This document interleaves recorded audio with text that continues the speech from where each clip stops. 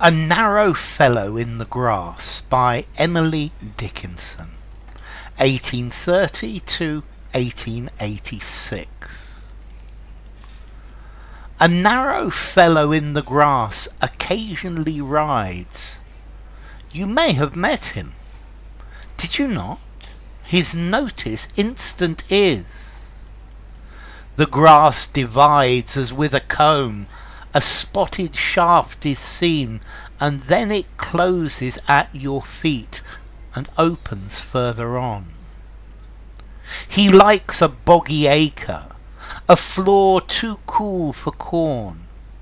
But when a boy and barefoot I more than once at noon have passed, I thought a whip lash, unbraiding in the sun, when stooping to secure it, it wrinkled and was gone.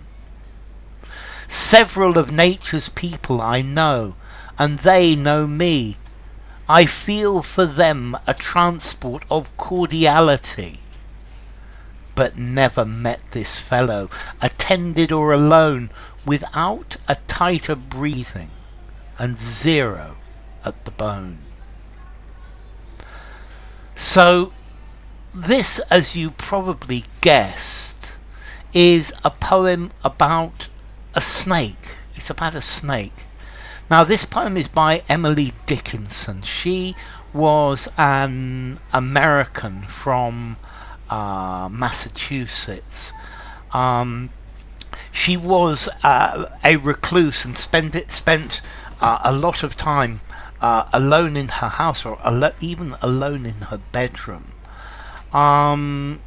She was not famous during her lifetime. Indeed, people thought she was rather strange. But I think in some ways this is her echoing the transcendentalism of the times, the transcendentalism of Walt Whitman. And she is independent, and she is her own person. Now, this poem, as I said, is about a snake, or it's about the snake. And notice, nowhere does it actually say the word snake. Now, this is one of the few of her poems that were published during her lifetime, and apparently she was quite angry with the editor when this was published, who gave it the title The Snake, because I think there's something that she wanted to leave out. This is something that you need to think of as on your own. And I think this poem, it's talking about more than a snake. It's talking about fear. It's talking about being afraid of the unknown. This is the fear of the snake from the Garden of Eden. Fear of being tricked by the snake. And this poem is talking about how she feels when she meets a snake. Another thing to notice as well is she has in this poem she has used, or the speaker is a boy, yeah, and or a man, and I think this perhaps is something to do with the poem being published, and at that time it was more acceptable that it was a male. Anyway, this poem, it's thinking about fear and anxiety and the dangers that lurk, that hide in the grass. And she never actually calls it a snake, but she personifies it. Narrow fellow, yeah, this is personifying it. It has human qualities, and it has ideas, it has intentions of its own, and she's walking through the grass barefoot, so there is this danger that she could be bitten by the snake, but nowhere in this is she actually ever bitten by the snake. And on several occasions she's fooled into thinking, oh, there's a piece of rope lying on the ground, and she's going to pick it up, and the snake then goes away. It moves away. And I think the snake is able to disguise itself. It's not something that you can see very clearly. It's something that's there, and then it vanishes. And I think it's talking about the fear of the unknown. And I think also it's talking about the relationship between nature and humanity. That nature can be friendly, but it can also be dangerous, and we are part of nature for good and for bad. Anyway, let me look at the words themselves. A narrow fellow in the grass occasionally rides. Have you met him? Did you not? His notice instant is. So there's a thin gentleman in the grass. He goes through the grass, and you may have encountered him,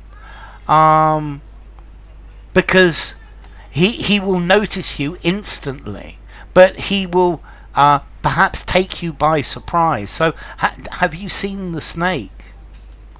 The grass divides as with a comb. So the grass opens up as if a comb is making a parting. A spotted shaft is seen. So here she describes it as a shaft, as a line with spots on. And then it closes at your feet and opens further on. So the grass closes next to you and opens somewhere else. So the snake has gone right past you. Now notice in this later on she says she's barefooted. She doesn't have any shoes on. So the snake has gone right past her. He likes a boggy acre. He likes wet ground, a floor too cool for corn. So I think he likes to go into the barn. I think this is where the corn is stored.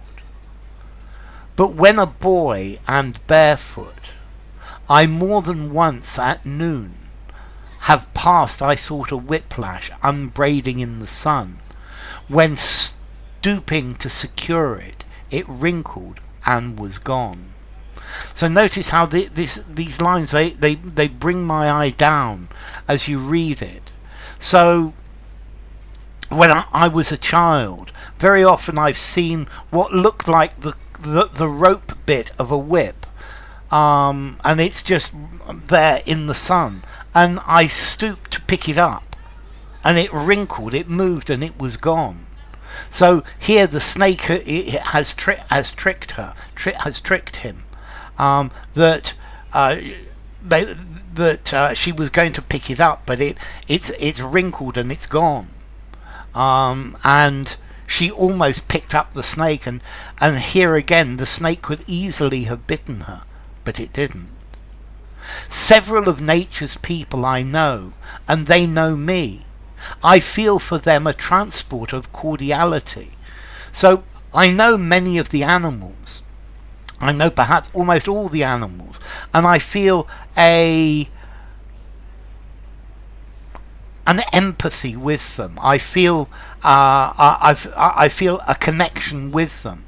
That these animals are my friends, but never met this fellow, attended or alone, without a tighter breathing and zero at the bone. But I've never come across a snake when I'm with someone or when I'm alone without my breathing, without feeling breathless, and without being surrounded by fear. So this poem, I think it's talking about fear.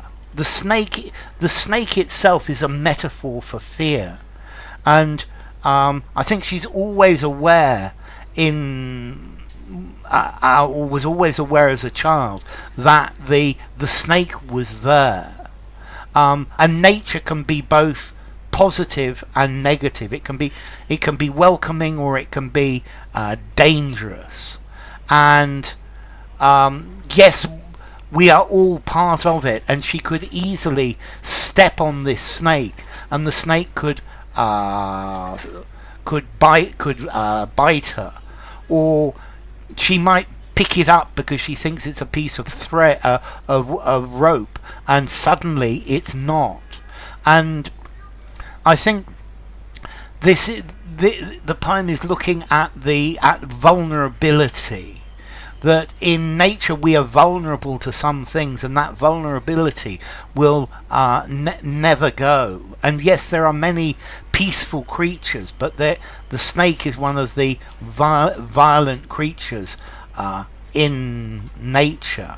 And I think the poem is also looking at fear, and fear of being tricked by the snake, of perhaps being kicked out of Eden, and the unknown. And because she has no reason to fear the snake, because she's never actually been bitten by it. But this is something that she knows to fear. So, A Narrow Fellow in the Grass by Emily Dickinson.